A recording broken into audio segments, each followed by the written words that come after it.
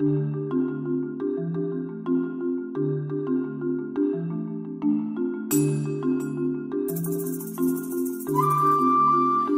to form on the dots from the legislature to Regent Street. So they're going to be coming in front of the Centennial Building right to Regent. I want a group of 124 people to go from Regent Street. My name is Maureen Bilerman. I live in Fredericton, New Brunswick, and probably the most important thing you should know about me is that I'm the mother of a teenage daughter with a serious mental health issue. I guess my story really begins 3 years ago when my 16-year-old daughter was 13 years old. She lost interest right away in the activities that she used to have interest in. She had always been shy, and all of a sudden she was socially driven, but it was beyond what other 13-year-olds were doing. She became destructive with some of her property, which we'd never seen before in any way. She became really defiant. We also noticed that her thinking was becoming more skewed.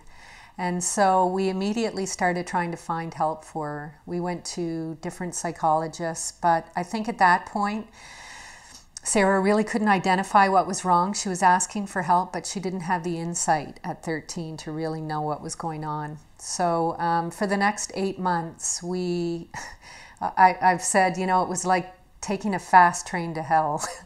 It was 8 months later. A couple of things happened that really shook us to the core. It was the middle of the night. I got a phone call, and it was my daughter. And she was on the highway somewhere. She wasn't in bed. She had somehow left our house. She had packed a bag. And this was totally out of character. And she was on the highway somewhere. So that was, you know, I drove around. It was a really foggy night. I had trouble finding her. And, you know, there was just that terrible feeling that things were coming to a head. And we really didn't know what we were dealing with. It was only a couple of weeks after that Sarah came up to my room one night and told me that she had taken a bottle of extra strength Tylenol. She had taken the whole bottle. So that's when I think, were first introduced into the mental health care system in New Brunswick. We took her up to the Dr. Everett Chalmers Hospital. They treated her for the overdose. And then, although she was still extremely suicidal, they said that there was nowhere for her to go, and they sent us home. I slept with Sarah, went in the bathroom with her when she went. I never left her for a moment. At least once a week, she'd be so distraught that I would take her back up to the hospital. Psychiatric staff doesn't come on until the morning, so we'd sit up all night, and when the staff came in, they'd take all the information and then they would tell us, sorry, there's nothing we can do. So this went on week after week after week until finally Sarah got into the psychiatric ward in Moncton. It's a fantastic staff, but the facility itself, you know, if you've ever seen One Flew Over the Cuckoo's Nest, it's just really a terrifying place for children and youth to be dropped off. So Sarah was there for 1 month, and she was diagnosed with bipolar disorder. She was then sent home and given over to the care of a great psychiatrist here in Fredericton, and have her medication checked every 2 or 3 months. Basically, we were on our own at that point. Because there isn't a place in New Brunswick where children and youth can go when they're in crisis, specifically whether they're suicidal or dangerously manic or transitioning between medications. As a result, direct result of that lack of facility, that temporary residence that youth need, Sarah has now overdosed 4 times on extra strength Tylenol. So at this point, we were trying to decide whether we should split the family and have half go to Halifax, where there's at least treatment for adolescents, or whether I should get a full-time job so that we could afford to send her to one of these facilities that are available for children with serious mental health issues, like a private facility. Just as we started to move the ball forward on that, I heard our Ombudsman and Child and Youth Advocate, Bernard Richard, on the radio, and he was talking about a Centre of Excellence for Children and Youth with Complex Needs in New Brunswick. What he was talking about wasn't so much one facility, but he was talking about kind of an overhaul of services for children and youth with mental health problems in New Brunswick, like closing some of the gaps, improving the services, and I found out later part of that process would also be creating a safe place for youth and children who are in crisis, a temporary safe place. I ran upstairs right away and I immediately wrote down our story and I sent it to Bernard Richard. I received a phone call 3 minutes later. I checked on the phone. I couldn't believe that he could read it that fast and respond. We made an appointment to meet each other. In the meantime, I went online and read his 2008 report called Connecting the Dots. It's a 150-page report, and it was like reading our story over and over again. I just couldn't believe it. And the solutions were sound. That his team had identified the gaps. The research was all there, and it had been there for 3 years. And so I was really inspired to help move this Centre of Excellence forward. So I went in and met with Mr. Richard and got a better feel for the Centre of Excellence and liked what I heard. And at that point, I decided that I would create the political will to move this Centre of Excellence forward. I knew that Bernard Richard was having a consultation session in November, a month later, and I thought, there's going to be media attention around that. I should come in right after that and really raise some awareness and get some government attention. So they're going to be coming in front of the Centennial. I really liked the idea of connecting the dots, the name of Bernard Richard's report, so I started to play around with the idea of DOTS. And what I came up with was DOTS NB, which is the Development of Treatment Services for Mental Health in New Brunswick.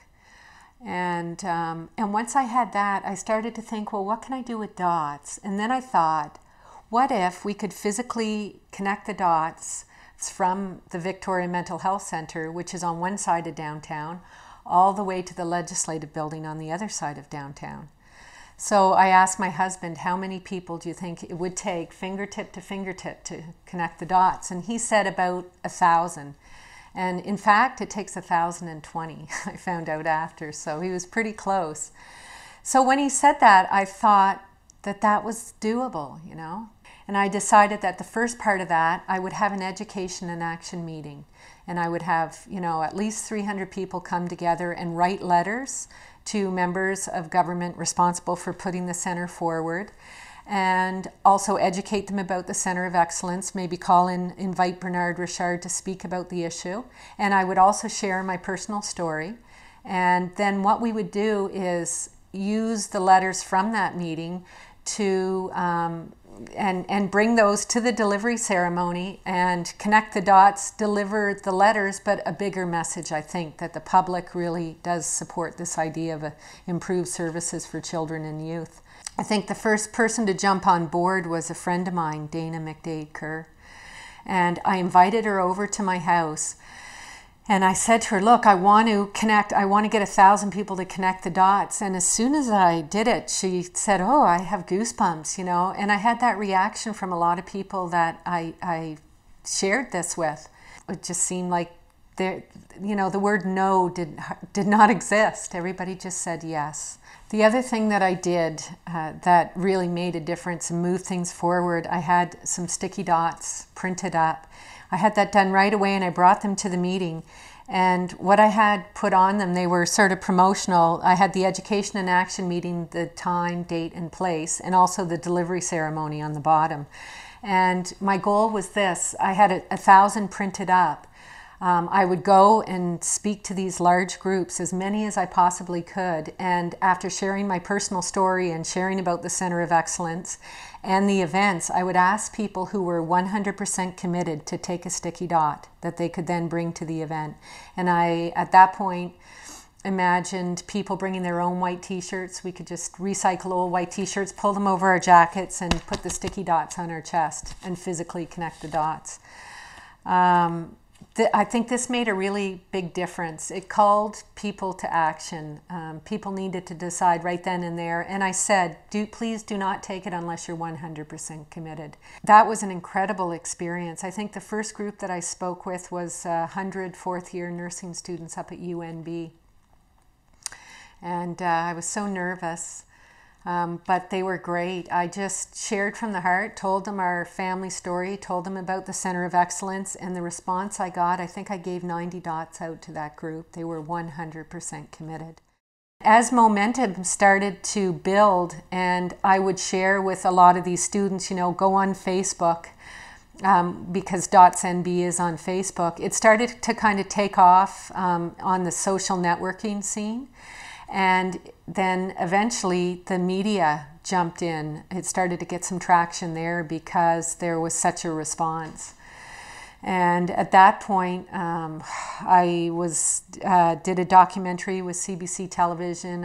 I did CBC News. I did the provincial program in the afternoon on CBC Radio. And the more media buzz, the Daily Gleaner, it was on the front page, the fact that I was going around giving out these sticky dots. And that was before we even had the meeting. So the response from the media was phenomenal and really helped to carry it forward more. And of course, where the media focuses its attention, so too does the government gaze shift. And it did. We've shared our story and advocated since the day Sarah was diagnosed. When she was diagnosed 3 years ago, the day after she got out of the hospital, my husband took her to see Margaret Trudeau speak. And Margaret Trudeau has bipolar.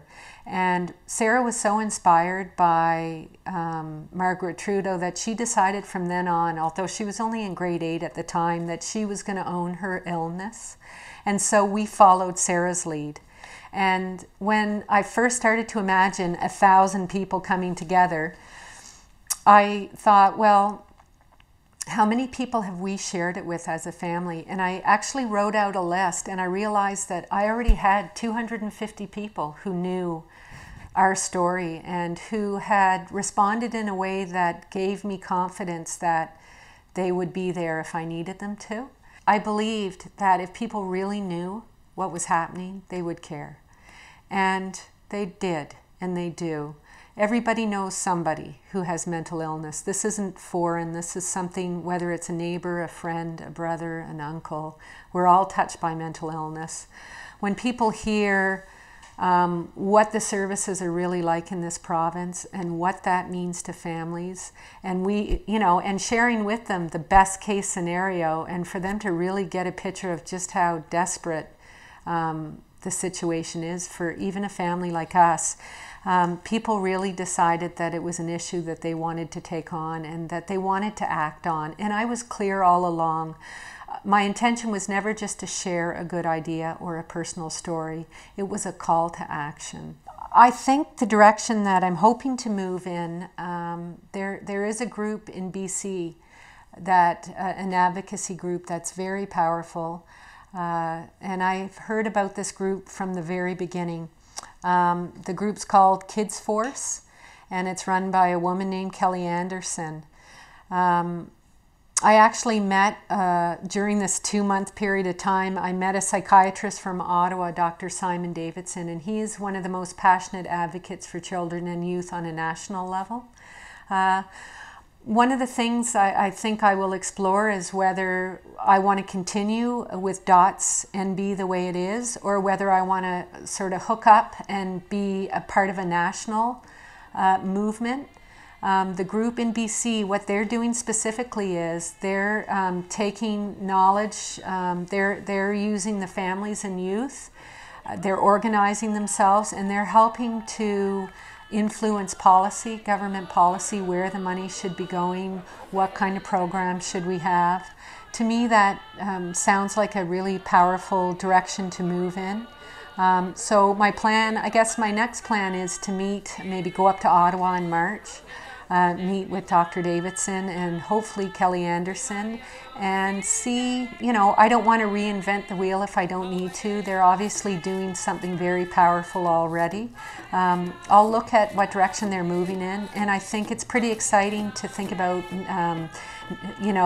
hooking up nationally and what possibilities there are there in terms of federal funding and in terms of, politicking and power.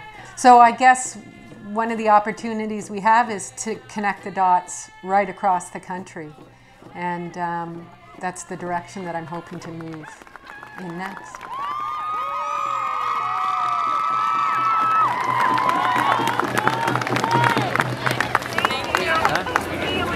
Thank you.